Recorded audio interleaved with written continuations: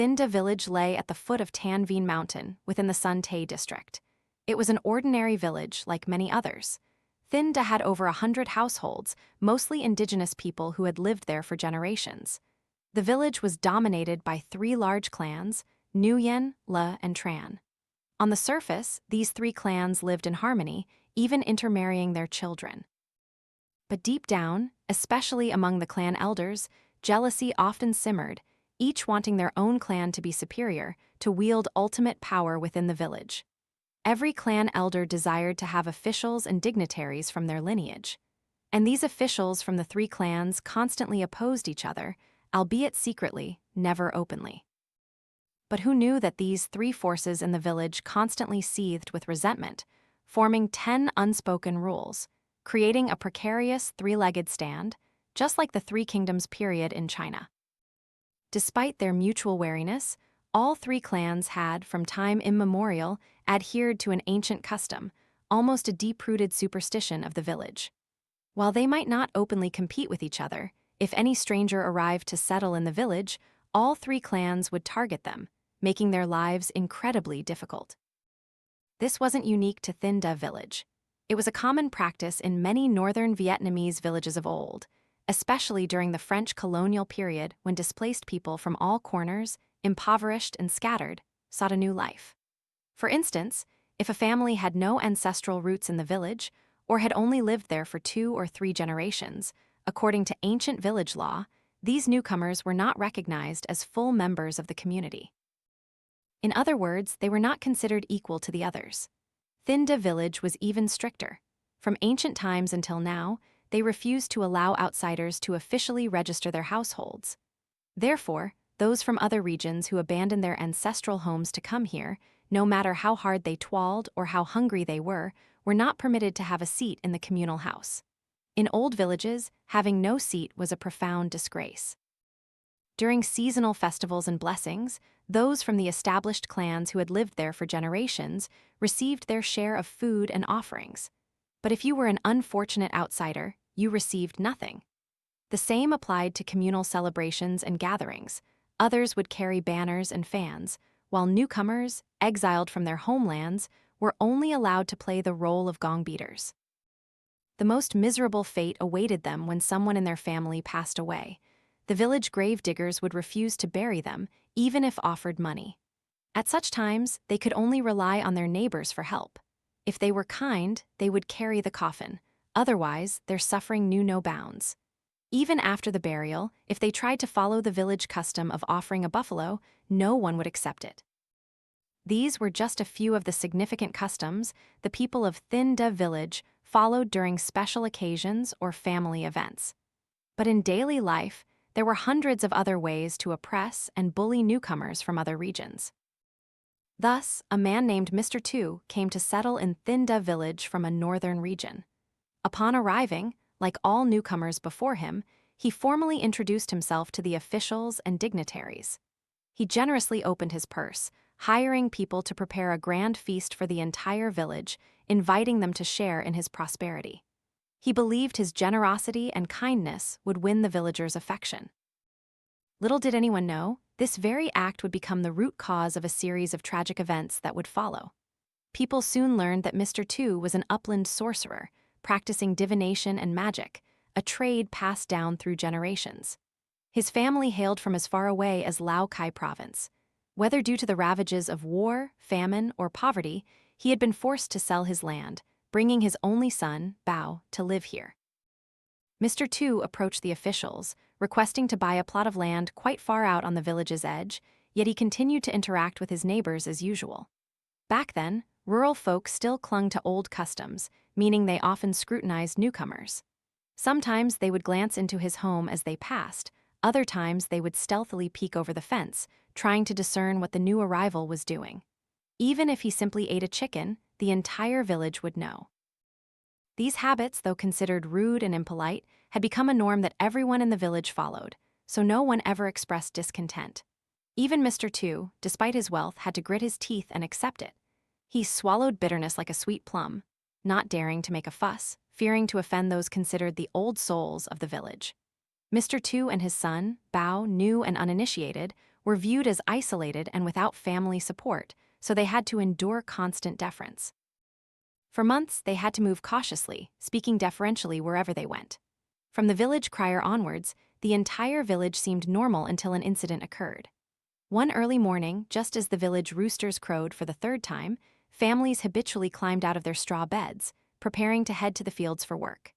Suddenly, from the house of Mrs. Bond, a widowed, childless woman known for her sharp tongue and vicious curses in the village, loud wails and curses erupted. "Oh, heavens and earth, come down and see which son of a bitch, which bastard stole my prized hen. If I catch you, I'll pull your skirt over your head. I'll parade you through the entire village and district so your family's tomb rots," she shrieked. "I raised that hen since it was a tiny, adorable chick. Now it's grown its feathers and wings, but no roosters have even flirted with it, and you dared to lay your hands on my hen's neck, damn your family." Mrs. Bond's voice echoed across the fields, reverberating throughout the upper and lower villages, carrying from one hill to the next. Young men who heard it flinched, and children who knew of her temper dared not cause trouble. Villagers felt sorry for her loss, but hearing her curse like a torrent of water, they were both angry and amused. "Steal and you'll choke on a bone and you'll die. Die one after another, dead every month, every person. The dead will be carried out, the living in your house will lie down. I'll tell the green and red flag officials to record your name and age, whoever stole my chicken. I will curse your entire family for generations." The commotion was so great that even Elderla, Mrs. Bond's clan elder, had to come and inquire. He patiently made his way over, choosing his words carefully to soothe the widowed woman's anger. When the clan elder condescended to visit, Mrs. Bond clasped her hands to her chest, instantly changing her demeanor. "Greetings, elder. What brings you to my humble home?" Mrs. Bond's fawning made the elder unable to suppress a smile, covering his mouth to hide it. He took the cup of green tea from the widow's hands and gently asked, "Well, it's just dawn, and what has happened that has caused such an uproar?" Having been kindly asked by the elder, Mrs. Bond's anger subsided somewhat, and she took the opportunity to recount the entire situation. Still not satisfied, Mrs. Bond pulled the elder by the arm and led him to the back of the house, pointing to the chicken coop. "Look, elder, I only have a few chickens, and some wretched person stole my prized hen. Look, blood is splattered everywhere like this, my chicken is dead, how can I ever get it back?" Elderla followed her gaze, and indeed on the ground, blood and flesh were scattered everywhere. The gruesome, messy scene was beyond description, but at that moment the old man didn't think much of it. He didn't suspect anyone in the village, as everyone was diligent in their work. The village had been stable for so long, so no one would steal a chicken for any reason. In truth, the elder only thought a wild dog or fox had snuck in and carried away the unfortunate hen. Thinh Da Village lay right at the foot of the mountain. Villagers occasionally saw numerous tracks of weasels and foxes imprinted on the path, and they even jumped into the fields to catch field mice. Therefore, Mrs. Bond's sudden loss of a chicken didn't cause Elderla much concern. However, the chicken theft didn't stop. It continued. Just about a week later, several more households in Thinh Da Village reported stolen chickens. The stolen chickens were both roosters and hens, but what was strange was that every household owned a dog. Yet, no one knew why the animals didn't bark or make a sound during the thefts. Many people who heard the news rushed over to inquire. Everyone found it peculiar because the villagers of Thinh Da had always been diligent farmers. This region was also far from the capital city. For many years, the French colonists even forgot to collect taxes from the villagers, so the people's lives were prosperous, with plenty of food and clothing. No one had any motive to resort to thievery. The clan elders saw it as a trivial matter, so they only made perfunctory inquiries. If a household complained too much, they would simply send them a chicken or some eggs to shut them up and spare their ears. Everyone implicitly assumed that a pack of wild dogs had snuck in to snatch them. Although many appeasement measures were taken, in truth, the unfortunate families who had been robbed felt puzzled and indignant. They were farmers who lived year-round at the foot of a mountain. After harvest season, they would go hunting and shooting. Naturally, they had ample experience examining footprints or traces left by wild animals. Moreover, their coops were securely fastened, so how could any animal possibly reach in to unlock them and steal their poultry? It was simply that people didn't want to cause trouble after being advised and reminded by the officials, so they had to swallow their bitterness silently. But deep down, a silent, treacherous suspicion began to grow, causing rumors to spread throughout the village. One clan would blame another. Thinh Da Village, once peaceful, was suddenly covered by a cloud of unease, making the entire village suspicious of each other. Indeed, the incidents didn't stop at mere chicken thefts. Many households in the village lost both cats and dogs. Some families even lost their goats. The strangest thing was that around the coops and pens, not a single trace was left, save for copious amounts of blood smeared on the ground. The animals, whether large or small, were taken in complete silence, not a sound uttered to alert the household members to rush out and catch the thieves. At this point, rumors, suspicion, and animosity flared up. There were already fierce fights and disputes among the villagers, with the Le clan suspecting the Tran clan of stealing, and a Nguyen family claiming their Lin neighbors were the culprits. The entire village, once peaceful, was now engulfed in an atmosphere of tension, as if on the verge of confronting a raging war. These events, naturally, reached the ears of the three clan elders and the acting Mayor Lai of the village. Mayor Lai belonged to the Le clan. Seeing that his own clan had suffered the most thefts, he was furious. But for the greater cause of their survival, and especially the unity of the three clans, he had to suppress his anger and let it go. Not to mention that this small village, tiny as it was, still had its share of internal power struggles. Even within his own clan, there were those eyeing his petty position of village head. If he mishandled things, he would surely be forced to resign due to popular demand. And that would be truly devastating. In truth, it wasn't just Mayor Lai. An unavoidable suspicion had taken root in everyone's hearts. But for the sake of long-term interests, all four men, three elders, and Mayor Lai had to sit down together and invite male representatives from each household to the communal house for a discussion. While it was called a discussion, the low-ranking villagers, of course, said nothing, merely sitting and listening to the decisions of the elders. According to village custom, the clan with the most male representatives spoke first. Thus, it went from Elder Nguyen, then Elder La, and finally Elder Tran. All spoke, aiming to resolve the animosity among the three clans. When Elder Tran stood up to speak last, perhaps feeling disadvantaged by having to follow the others, his presentation became somewhat long-winded and meandering. He said, "I know many of you sitting here still harbor many unresolved issues in your hearts, unspoken. I deeply sympathize with everyone. He hadn't even finished his sentence when he was interrupted by the appearance of a woman, her hair disheveled, face smeared with dirt, tears, and snot streaming down her cheeks, as she rushed directly into the communal house. She screamed, her voice piercing, causing hundreds of men and all three clan elders to tremble with fear. Oh, heavens and earth, Elder Trung is dead. Elder Tran, merely glancing, recognized a member of his own clan and blurted out, "Heavens, what is happening?" Then people flocked together, some trailing behind, others running ahead, all heading towards the home of Mr. Trung's daughter-in-law, where the unfortunate man had just died. Mr. Trung was over 70 that year, having reached a venerable age. He was considered a long-lived man in the village. It wasn't strange for an elderly person to pass away. But people were aghast at the behavior of his daughter-in-law. She was truly distraught, running and flailing like a madwoman. It wasn't until the villagers arrived at his house that they understood the problem. Inside Mr. Trung's three-room, mud-walled house, a nauseating, horrifying stench of blood hung heavy, making the villagers stop in their tracks, utterly terrified, as soon as they set foot on the threshold. Only Young Back, Mr. Trung's only son, rushed directly into his father's room. He then cried out, collapsing onto the ground, stumbling backward on all fours from the steps before the astonished eyes of the villagers.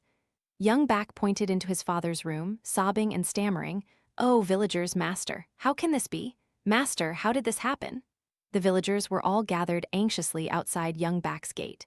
They quickly rushed into the yard. Someone helped Young Back to his feet, while others kicked open the door and ran into Mr. Trung's room. From the rafters hung the stiff, lifeless body of the old man.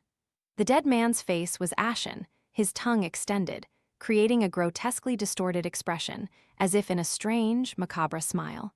Yet the old man's eyes told a completely different story, etched with deep horror mingled with anger. Beneath the deceased was a low chair, overturned on the earthen floor, and a pool of fresh blood began to spread on the ground. This blood flowed from both wrists of the old man. people concluded that Mr. Trung had taken his own life and secretly surmised that the old man had slit his own arteries before hanging himself. Mr. Trung was over 70 this year. At that age, people usually died of old age, sickness, or disease. Rarely did one choose to end their life by hanging, such a gruesome and shocking act. Furthermore, in Thinh Da Village, Mr. Trung was considered a man of influence and standing, not some mere commoner or low-status individual. Mr. Trung held such respect because, many years prior, he had been a scholar who taught Chinese characters to most of the children in the village, regardless of their clan, even the children of the clan elders and officials. In the countryside, people deeply respected those with knowledge. That's why, throughout Thinh Da Village and district, clan elders, officials, even Mayor Lai himself, and the district chief would occasionally come to Mr. Trung, the scholar, seeking his help to review administrative documents and correct errors in writing to ensure clarity. Beyond his daily task of teaching Chinese characters to the young, the old man also served as the village scribe. Being so highly respected, his family should naturally have been wealthy. But the old man was pure-hearted, living a humble and simple life. Thus, material wealth meant nothing to him, considering it merely external and unnecessary. Because of this, he maintained the facade of a humble scholar, feigning poverty while secretly possessing a wealth of integrity in the eyes of the entire village. Everyone held him in awe. Given his background and extensive accomplishments, the day's tragedy of the old man taking his own life seemed utterly illogical. Firstly, he was over 70. Life and death were merely a matter of time. Secondly, he was respected by the entire village, lacking nothing in terms of food or clothing, and was a man of influence. So why would he hang himself and commit suicide? Mayor Lai was also present that day. He did not immediately enter Mr. Trung's room, but ordered the young men present to open all the windows, letting in light to dispel the oppressive stench of death that hung heavy in the air before he stepped inside. Mayor Lai entered, hands clasped behind his back, his face grim. He stepped over young Back, who was still rolling on the ground, wailing uncontrollably with grief for his father. Mayor Lai shook his head sadly, as if sharing the sorrow of the unfortunate family, then proceeded into the dark room. Mayor Lai himself had once been a student of the old scholar Mr. Trung. Later, thanks to the knowledge his teacher imparted, he gradually rose to the position of village mayor. Now, seeing his teacher die so tragically, his heart ached as if being cut. He surveyed the entire room. Sunlight streamed in from the wide-open window with a gentle breeze.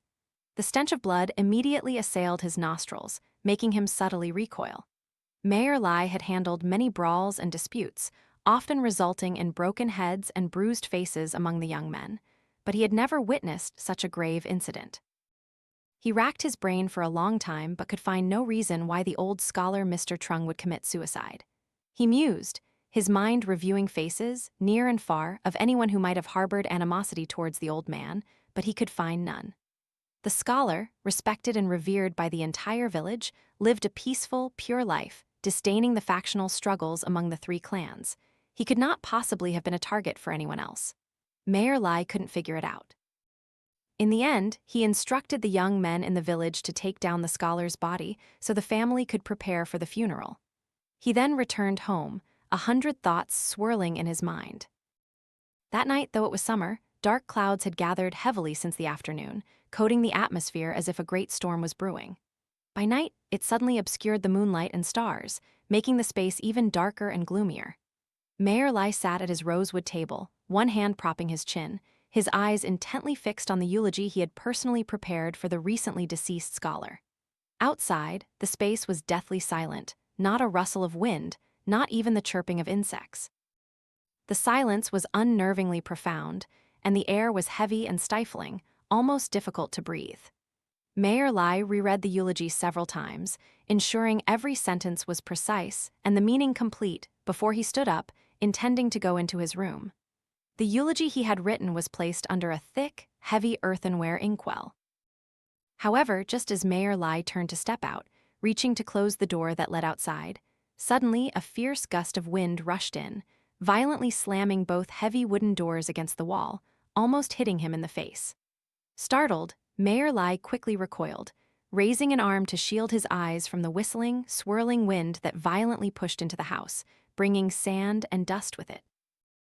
The strong gusts stung his face, but it wasn't the humid heat typical of southwest winds this season. It was bone-chillingly cold, making Mayor Lai shiver uncontrollably. Before he could even collect himself, a very loud noise suddenly erupted from behind him, making him spin around. It turned out that the strong gust of wind had knocked over his earthenware inkwell. It crashed to the ground, shattering into shards and splattering ink everywhere. He rushed to carefully close and secure the door, then returned to his writing table. Just as he had predicted, when the heavy inkwell was thrown to the ground by the wind, the ink inside had splattered outwards, spilling over the eulogy he had just written. Mayor Lai grumbled, about to curse, but then he suddenly froze, his eyes widening, staring intently at the paper under the flickering oil lamp.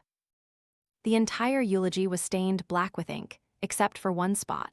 The stream of ink, which had been flowing straight, suddenly changed direction, splitting into two streams that circled a single character.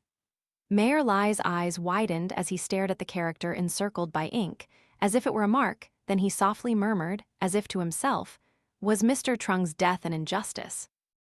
The mournful sound of trumpets echoed from a corner of the village right from early morning. The 8-tone ensemble had arrived long ago. They sat in a corner of the deceased scholar's yard, playing mournful, sorrowful music as if to substitute for the choked sobs from within the house.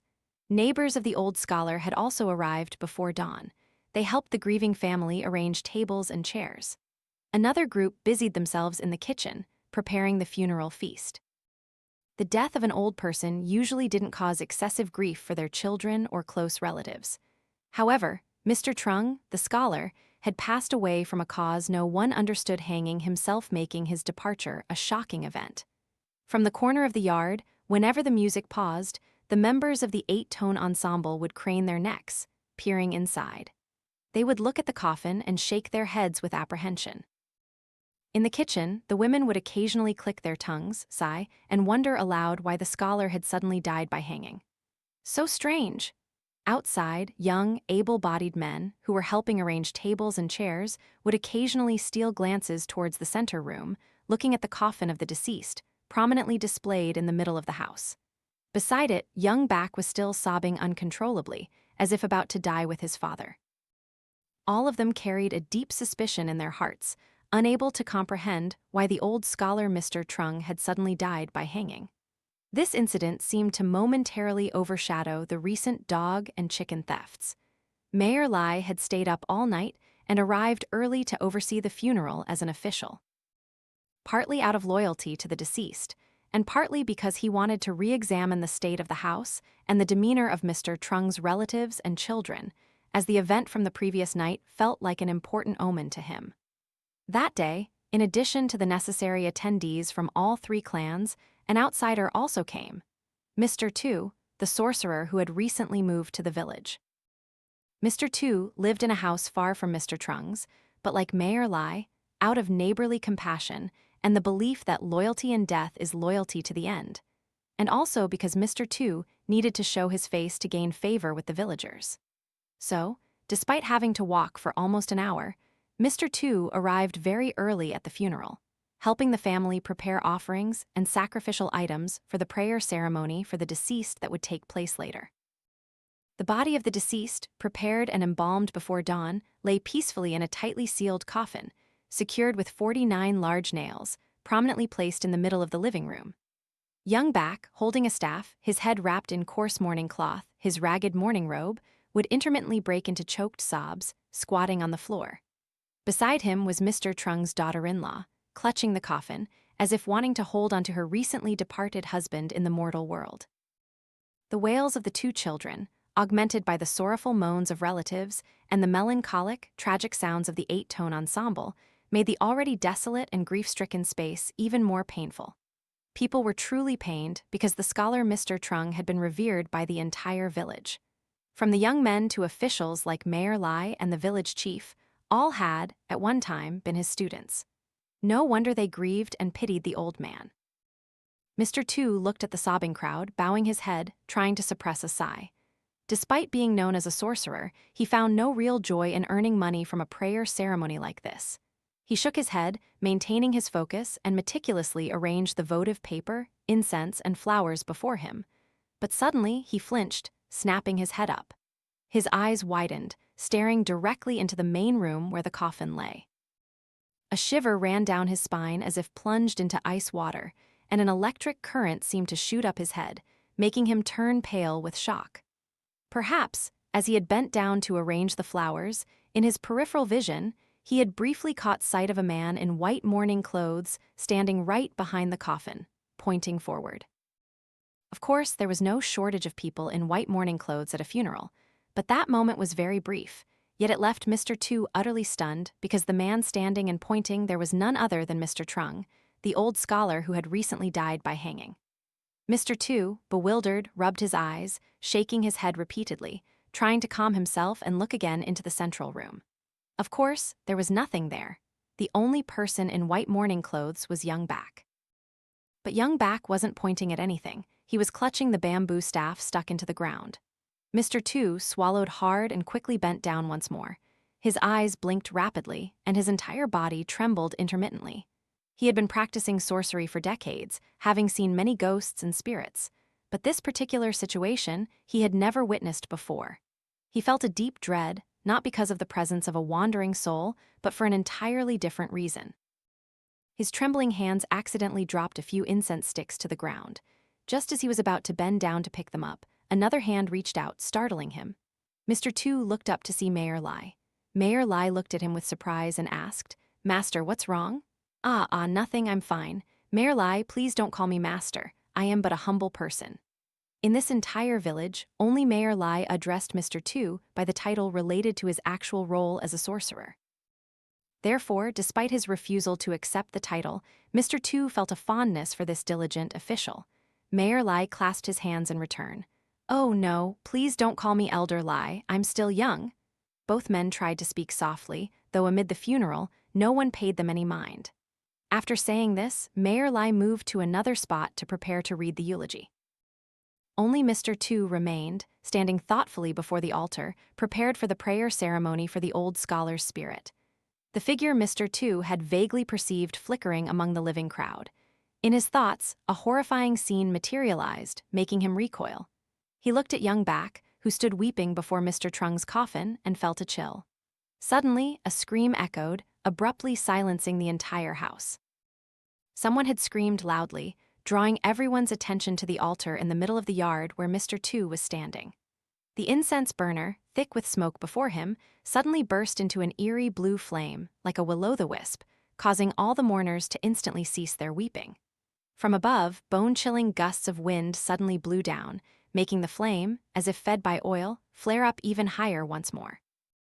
The 8-tone ensemble fell silent, the 2-stringed fiddle's melody abruptly stopped, creating a jarring, chilling sound like the wails of ghosts and demons. Young Back, who was holding his staff beside the coffin, also turned pale, mouth agape. As for Mr. Tu, he dropped both the incense sticks and the votive paper money. He had just seen, in the flickering blue flame, a gruesome and heartbreaking scene, one he had been trying to push from his mind all this time. Around Mr. Tu, dozens of people stood open-mouthed with terror, no one daring to utter a word. But everyone was trembling uncontrollably, clutching the hand of the person next to them to keep from falling. Young Back also dropped his staff and knelt to the ground, trembling and wailing in front of the bleeding altar. "Oh, master, did you have something left unsaid, some last wish, that made you die such a painful, unjust death? Oh, heavens and earth, why didn't you kill me instead, so I could take your place?" Mr. Tu froze rigid, eyes wide, staring at the sun, wailing uncontrollably over his father's loss. Then Young Back suddenly got up and rushed out into the yard as if to overturn the entire altar that Mr. Tu was preparing for the prayer ceremony. Fortunately, a few young men quickly ran out, grabbed him by the waist, and held him back. Amidst Young Back's heartbreaking cries, people could clearly hear distinct words mixed with his mournful wails. "Oh, elders, oh, ladies, did anyone see Master Trung's spirit appear in the burning incense burner?" Hearing Young Back's desperate cry, people turned pale. Some strong-willed people thought he was delirious from missing his father too much, hallucinating the old scholar appearing in broad daylight. More faint-hearted people, however, were convinced that Mr. Trung's spirit had indeed returned. If not, how could such a bone-chilling gust of cold wind suddenly appear in the sweltering summer? But whether they believed it or not, No one could explain why the incense burner in front of Mr. Two had flared up with such an eerie, vivid blue flame. As the incense burner burned for a while, before it could extinguish, the sky suddenly opened up with a downpour. People rushed to find shelter. A few quick-footed young men helped Mr. Two move the small altar under the eaves. The eerie blue flame had also vanished, no one knew when. People said that the old scholar Mr. Trung had died an unjust death, so his soul had returned to inform young Back. Now, even at the moment of burial, the grave was filled with water, and the coffin floated precariously when lowered. People had to use 2 staffs to push it down, then gradually filled the grave with earth so the scholar could finally rest. The old scholar's funeral was an event that shook the entire village. Details from the cause of death to the strange phenomena that occurred during the funeral all sowed suspicion in people's hearts. This suspicion, at first, wasn't directed at anyone. It was merely a restless unease that people kept to themselves. Until one day, a story recounted by young Back himself ignited a fervent fire of hatred and rage throughout Thinh Da Village. The night before, about a week after Mr. Trung's burial, young Back couldn't sleep, missing his father.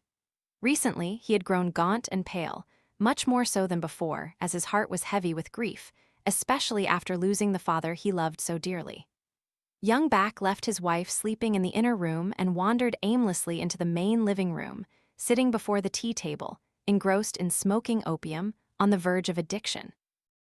But young Back had only just lit a few incense sticks when a bone-chilling gust of wind suddenly swept through. In summer, where could such a cold wind come from? He froze speechless, letting the opium pipe fall to the floor as he vaguely recalled the day of his father's funeral. A similar cold gust had blown through when the incense burner flared up with an eerie blue flame. Young Back, still stunned, sat with his legs drawn up on the chair, trembling when from the inner room where his wife lay, a cry rang out. At first, the sound was a faint whimper, but it grew progressively louder and clearer. The wind howled through the windows, whistling in gusts like echoes from the underworld, making the scene and the entire house even more terrifying. Young Back was terribly frightened then, but thinking of his wife alone in the room, surely something had happened to her, he rushed in, only to nearly collapse from horror. On the small bed pushed against the wall, his wife was squatting. In the faint moonlight filtering through the window, a chilling light fell upon her face, making her skin turn a ghostly white, tinged with a sickly green, as if possessed by evil spirits. She sat squatting in the middle of the bed, gnawing on her hair. Her mouth stretched wide to her ears, revealing 2 rows of raw, red gums matted with short, black, stringy hair hanging out. Young Back recounted that his wife's mouth then looked exactly as if she were smiling, but tears streamed down her cheeks. Her eyes were wide open, pupils darting wildly, like someone lost or deranged. She grabbed a clump of hair in her hand, pulling even the mosquito net and matting into her mouth and devouring them fiercely. "I was so scared," young Back said. "I ran forward trying to wrestle with her, fearing she would choke to death eating like that. But after a few steps, she suddenly shrieked. Staring at him with wide eyes, she cried and laughed, then said, 'Back, your master died an unjust death. Someone killed him, father.'" As young Back recounted this, everyone shivered with horror, the faces of both the storyteller and the listeners turning ghostly pale, as if they were about to encounter an invisible force. One hot-headed person, unable to contain his impatience, asked young Back, "So, did your master tell you who killed him?" Young Back looked down nervously, nodding slightly in confirmation. Immediately, 4 or 5 other voices pressed him. Who did he say it was, young Back?" Young Back spoke in a low, hesitant voice, as if still thinking. "He told me, but how can I believe such a thing? I don't want to wrongly accuse anyone, but who else could it be?" Young Back thought for a moment and then said, "He told me it was Mr. Two. Mr. Two, the sorcerer from the edge of the village, he was the one who stole all the chickens and dogs in our village. But remember, I'm only telling you this because I trust you all. Don't go spreading it around and wrongly accusing anyone. But speaking is one thing, keeping a secret is another." Just half a day later, the rumor spread like wildfire throughout the entire village and district. Mr. Two, the sorcerer, had stolen chickens and then murdered the old scholar Mr. Trung to silence him. The villagers were seething with rage. Some were furious over the loss of their dogs and chickens. Others detested the solitary outsider, the uninitiated newcomer, who had dared to commit murder and theft. More than 100 households from the village rushed en masse, to Mr. Two's makeshift mud house. That day, both Mr. Two and his son were at home. Bao was washing rice and cooking, while Mr. Two was meticulously translating ancient texts. Suddenly, Mr. Two was startled to see a mob of 100 people storming into his house. Everyone's face burned with murderous intent, knives and clubs wielded, as if ready to kill. Terrified, Mr. Two stood up and asked, What are you doing here?" Before he could finish, a blow like a thunderbolt landed hard on his temple, making him dizzy and collapse onto the floor. Immediately, fists and feet violently punched and kicked his back, chest, and head. And of course, vile, hateful curses were spewed at the unfortunate sorcerer. "You son of a bitch! We gave you a place to live in our village, and it turns out we've harbored a viper, a murderer. What did the old scholar Mr. Trung ever do to you that you hung him? You venomous sorcerer, give us back our chickens." Amidst the villagers' curses, shouts, and fury, Mr. Two also heard Bao's screams. His son seemed to have just been dragged out of the kitchen, and then the boy's cries gradually faded, lost amidst the other shouts and insults. Mr. Two tried to struggle to his feet but was brutally pressed down. Knives and clubs struck him mercilessly, as if unleashing accumulated vengeance upon the two helpless outsiders. As Mr. Two's mangled body was dragged outside, past the trampling feet and knives of the villagers, he suddenly shrieked like a mad dog. The wretched man had just seen, in the middle of his yard, a stone mortar lying overturned. Beside it, his son, Bao, lay motionless. How could he laugh or cry when his head had been shattered by someone striking it with that stone mortar, like a frozen block of blood dropped from a great height? Yet Mr. Two could still see one eye, still lodged in his son's shattered skull, remaining wide open, staring blankly as if imprinted with horrifying traces. Mr. Two used all his strength to break free from the bloodthirsty mob. He lunged towards his unfortunate son, but before he could take a step, a spurt of blood shot from his leg. Someone had slashed his leg with a knife. He immediately fell to the ground. He rolled onto his back, but his hand still desperately reached for his dead son. Father and son had not yet touched when, from above, the heavy stone mortar was lifted by someone and then dropped without warning. Before that heavy object crushed Mr. Two's head, he managed to catch a glimpse of young Bak's face appearing in the faint afternoon sunlight, mingled with the color of his own blood. That day, Mayor Lai was reviewing some tax documents to submit to the district magistrate the following day when he received news that the entire village was going to avenge the old scholar Mr. Trung. Mayor Lai didn't understand what was happening, so he didn't pay much attention. It was only when he learned that the target of the frenzied, gullible mob was Mr. Two and his son that Mayor Lai panicked, grabbed his walking stick, and ran out of the village. The distance from his house to Mr. Two's was considerable. He ran frantically, as if pursued by a ghost, to reach the scene and stop the fanatical villagers, but he was too late. When he arrived, everything had already happened. Mayor Lai turned utterly pale, his mouth agape, staring in horror at the two mangled, bloody corpses lying motionless in the yard. He couldn't comprehend how ordinary, gentle villagers could have become so cruel. He flung his walking stick onto the ground, pointing at the face of each person in the crowd, who had now quieted down, their frenzy having subsided. "What have you done? The nation has its laws and families have their customs. How dare you commit such a heartless act? Who killed Mr. Two and his son?" Mayor Lai's question was futile, for at that moment chaos reigned. The mob, eager to exact their accumulated vengeance, had used Mr. Two and his son as punching bags.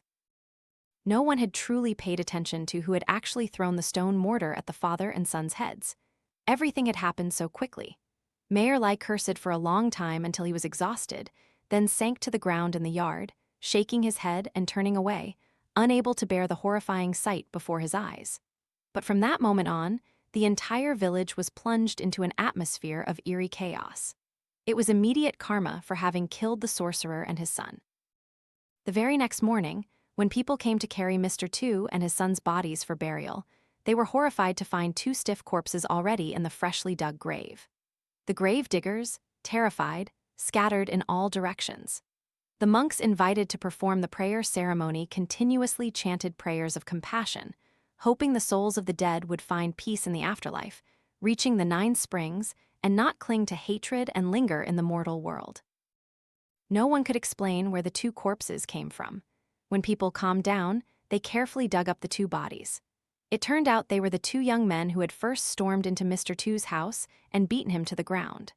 They must have fallen into the grave after the diggers left, and the soil fell upon them until they suffocated, or perhaps a supernatural force had drawn them down. These first two deaths were merely the beginning of the terrifying months that followed. Thinh Da Village was no longer peaceful. Almost every day, someone in the village died. As one body was carried out, another person in the house lay down. The Nguyen, Tran, and Le clans seemed to suffer an endless succession of funerals. In just half a month, over 20 people died, old and young, male and female, none escaped. After the two young men had plunged themselves into the freshly dug graves, sinking into the soft earth until they suffocated and died, it was the Nguyen clan's turn to suffer several lost lives. One victim was a member of the Nguyen clan who had previously lost some ducks to theft, and he was also the uncle of one of those two young men. He lived alone in a rustic hut by the village pond, where he raised ducks, unwed and childless due to his appearance. People found it strange that his nephew had died a sudden death, and his uncle wasn't there to mourn. A few neighbors rushed out to the pond to search for him. Before they even arrived, they saw the man's flock of 20 ducks lying dead, strewn across the heron sanctuary, or simply floating, rotten and white, covering the entire pond. Every single duck had its head smashed and neck severed, a horrifying sight, but they still had to find the man. As they approached the watch hut, another gruesome scene unfolded before their eyes. The man had been dead for who knew how long. Not a single part of his body remained intact. It was mangled and rotten, blood and flesh splattered everywhere inside the hut. Inside, there were still a few ducks. They were pecking at both of the man's eye sockets, one eyeball consumed, the other exposed, a red, slimy eyelid revealing a grayish pupil.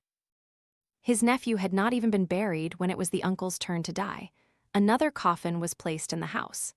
This scene, both tragic and horrifying, made even the most strong-willed shudder in terror. People began to gather nervously, one family asking another if anyone in their household had participated in the mob that killed the sorcerer and his son. It was feared that a deadly plague was rapidly spreading, enveloping the entire village like a pall of death, dark clouds hovering menacingly over the once peaceful rooftops. Upon asking, everyone was horrified and started. Every household had someone who participated in that brutal attack. All because of a little kinship, a spark of fanaticism inflamed by the frenzied mob. The entire village was now about to enter months of horrific, grieving days. Even much later, that horrifying event would still be recalled on the stone stele erected in the middle of the communal house. After the death of the duck farmer from the Nguyen clan, 4 or 5 more people from the same clan died, and each death was incredibly gruesome. One was gored by a buffalo, his intestines left exposed beneath a banyan tree for wild dogs to feast on. Another drowned in a pond, and for some inexplicable reason, his head and face were mangled by fish. One person, stumbling somehow, stepped on an iron plow blade, severing his leg. Then, whether in a panic or excruciating pain, he followed a stallion, which then kicked him violently, smashing his forehead. The horrifying force of the animal immediately shattered his skull. Brain matter splattered onto the path. One eye, under immense, sudden pressure, also burst out and rolled into the irrigation ditch leading into the village. A young man who jumped down to retrieve it also slipped and drowned, sacrificing his life for nothing. Parallel to the deaths in the Nguyen clan, the Tran and Le clans also could not escape that horrifying tragedy. Some hanged themselves, others were bitten by snakes, or died from extremely perplexing, incredibly rare reasons that occurred in rapid succession, like a storm carrying a deadly aura, plunging the entire village into an atmosphere of utter chaos and madness. Almost every household in the village suffered a death. There weren't enough shrouds. People used mosquito nets and torn white fabric to wrap around their heads. Not enough coffins could be made in time. People had to use mats to cover the bodies. The 8-tone ensemble initially had enough members to serve all the funerals in the village, but after only a few days, Mr. Nhai, the fiddle player, also followed suit, stepping through the gates of death. Turned out that Mr. Nhai had also been among the group who went to Mr. Two's house. People said that the old fiddler hadn't done anything foolish that day, merely took a chopping board from the accursed sorcerer's house back home. Then, the day before, for some unknown reason perhaps, he hung the chopping board carelessly on the wall. or the nail wasn't secure just as the old fiddler Mr. Nhi was busy in the kitchen cooking rice. The heavy ironwood chopping board, weighing dozens of pounds, fell. The old man's neck snapped, his head plunging into the pot of boiling water intended for cooking chicken. In the end, the chicken hadn't even been plucked yet when the pot of human flesh was boiling furiously, exposing a skull mixed with hair and ears, bobbing in the murky, white water. His wife discovered it, screaming and fainting instantly. Neighbors rushed over, but it was too late. The gravediggers, no longer able to bury the dead, left the corpses stacked in mounds outside the cemetery. Without coffins, bodies were simply wrapped in mats, their mangled forms incomplete. The spilled blood and mangled flesh became a feast for worms and insects, which burrowed in to nest and feed. The stench of human flesh wafted heavily across the village. Coupled with the suffocating smell of death rising from homes holding funerals, it transformed the place into a village of the dead. And these horrifying tragedies showed no sign of stopping. Then an epidemic ravaged the village. The first people contracted a severe form of dysentery. Vomiting, diarrhea, yellow eyes, and skin. Whatever they ate, they immediately expelled. Those fortunate enough not to have contracted the disease told each other that the plague was caused by people eating the bones of animals that had feasted on the human corpses piled outside the cemetery. The contaminated animals transmitted the disease to humans, rapidly increasing the mortality rate throughout the village. It was a terrible curse that the sorcerer, before his death, had silently cast upon the entire village. Many people, after witnessing the continuous deaths and rituals, were terrified and utterly disheartened. They asked their children and grandchildren if they had taken anything from Mr. Two's house, and everyone had to return everything they had. Now, even the adults, including all 3 clan elders, had to personally visit the abandoned site of Mr. Two's old house, now a desolate and lonely ruin, to perform prayers and offerings for the dead. But despite all efforts, deaths continued ceaselessly, proving the horrific, absolute curse. As more and more funerals occurred simultaneously, people in the village began to help each other abandon the village. Previously, they had been the fear of outsiders. The old custom of bullying newcomers, ingrained in their blood, had become a malignant tradition they refused to abandon. They had always harbored animosity towards people from other places, and now, ironically, they themselves had to become exiles, abandoning their ancestral homeland, all because of a moment of frenzied chaos that led to an earth-shattering crime. The stream of people leaving grew larger each day. At first, it was just a few families who had suffered deaths, then other households fearing contagion. The cholera epidemic and the terrifying deaths in the village made even the clan elders and the 3 clans waver, no longer daring to remain in a land that had become a death zone, a place for ghosts and terrifying curses. Mayor Lai's family was no exception. In his own clan, over a dozen people had died sudden, unnatural deaths. Several more families were afflicted with the disease awaiting death to call their name. If he lingered any longer, he too would not escape the horrifying fate and the darkness engulfing everything. He ordered his servants and family to pack their belongings and prepare carriages to move elsewhere. He no longer cared for this position of village mayor. The saying, "A piece in the village is worth a sieve of 6 kitchens," meant nothing now. If you're dead, you're just wrapped in a mat and discarded. He was extremely worried, pacing restlessly all night, unable to sleep. All the strangeness in the village, he realized, originated from the chicken and dog thefts, and then the death of the old scholar. Mayor Lai sat thoughtfully at the tea table, frowning and pondering for a long time. The rumor that Mr. Two was behind everything, as he understood it, came directly from young Back's mouth, but he still couldn't believe Mr. Two would do such a thing.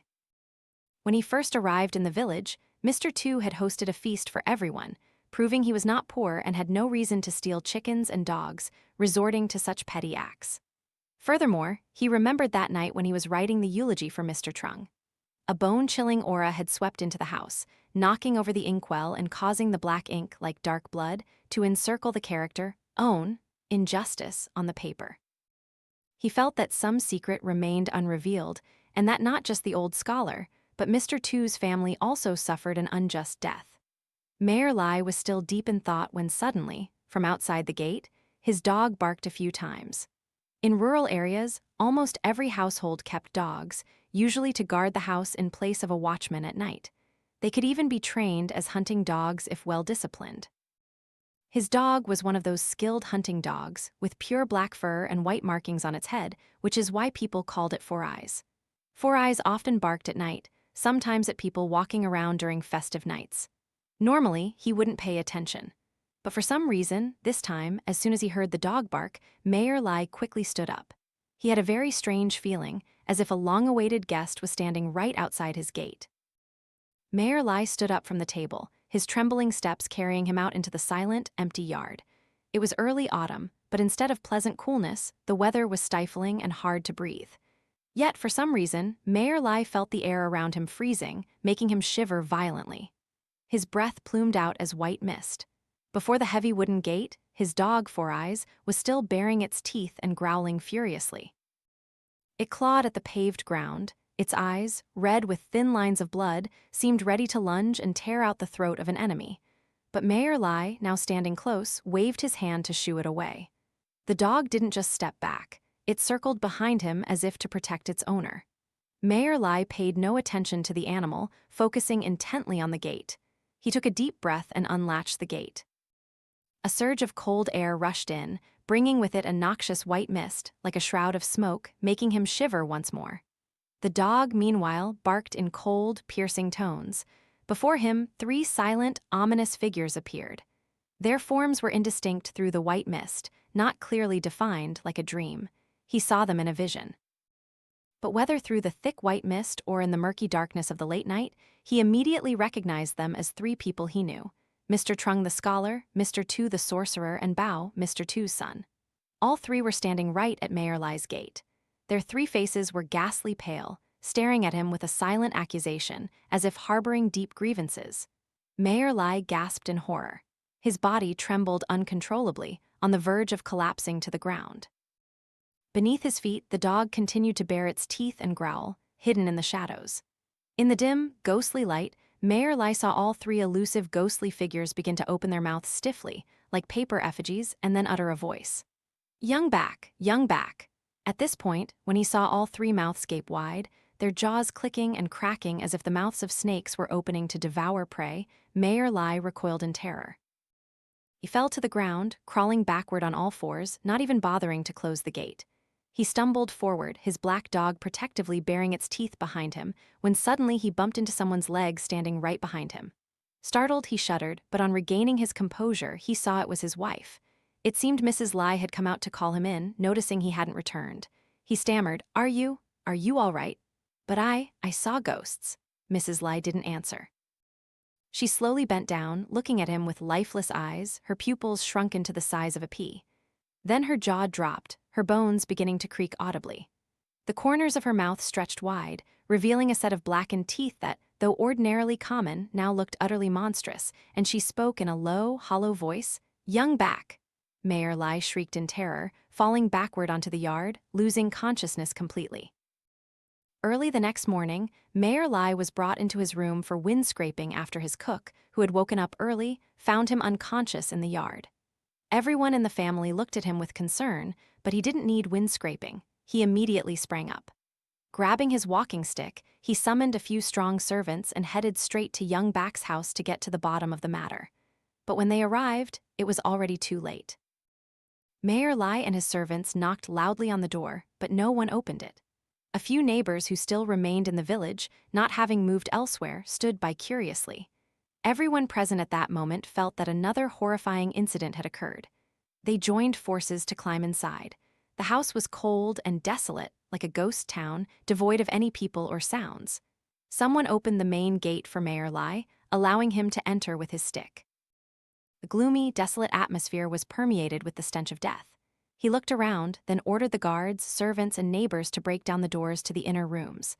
Young Back's wife, who was sleeping on the bed, woke up startled by the commotion. She looked at Mayor Lai blankly, trembling as she asked, "Sir, what brings you to my house so early? Where's my husband?" The woman weakly stumbled to the side of the bed, bewildered and confused. "He was here with me last night, my dear, my child." Before she could finish, Mayor Lai had ordered them to search everywhere and drag Young Back out so he could be questioned.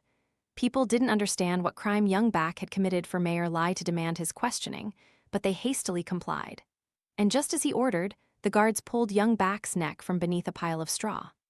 Literally, only his head remained, attached to a very long segment of spine, still covered in blood. The guard who pulled the head from the straw pile could only shriek and then collapsed, fainting. The others who witnessed the scene clutched their stomachs, retching and vomiting. Young Back had been dead for several days, yet his wife, for some reason, hadn't known, believing she had been sleeping with her husband every night. In the corpse's mouth, a bamboo tube was clutched. Mayor Lai ordered someone to open it and discovered a letter scrawled in blood inside. Its general content recounted the entire sequence of events from beginning to end. It was an unforeseen truth. Young Back had murdered his own father. The old scholar, who had lived a pure life, had unexpectedly fathered such a depraved, ruinous son.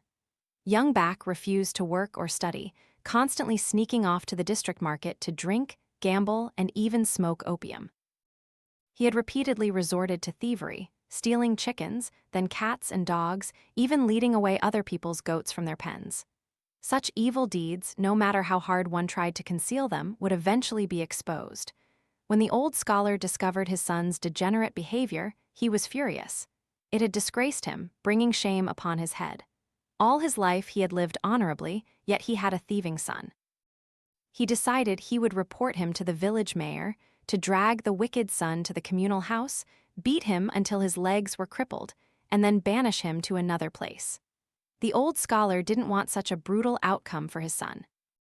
But before he could carry out his intention, merely speaking of it to warn his depraved son, when his father wasn't paying attention, the unfilial son took a rope, strangled the old man over 70 years old to death, then staged the scene to make everyone believe Mr. Trung had committed suicide. That secret should have remained hidden from everyone. That's why, during the funeral, Mr. Tu, the sorcerer, was asked to perform the prayer ceremony.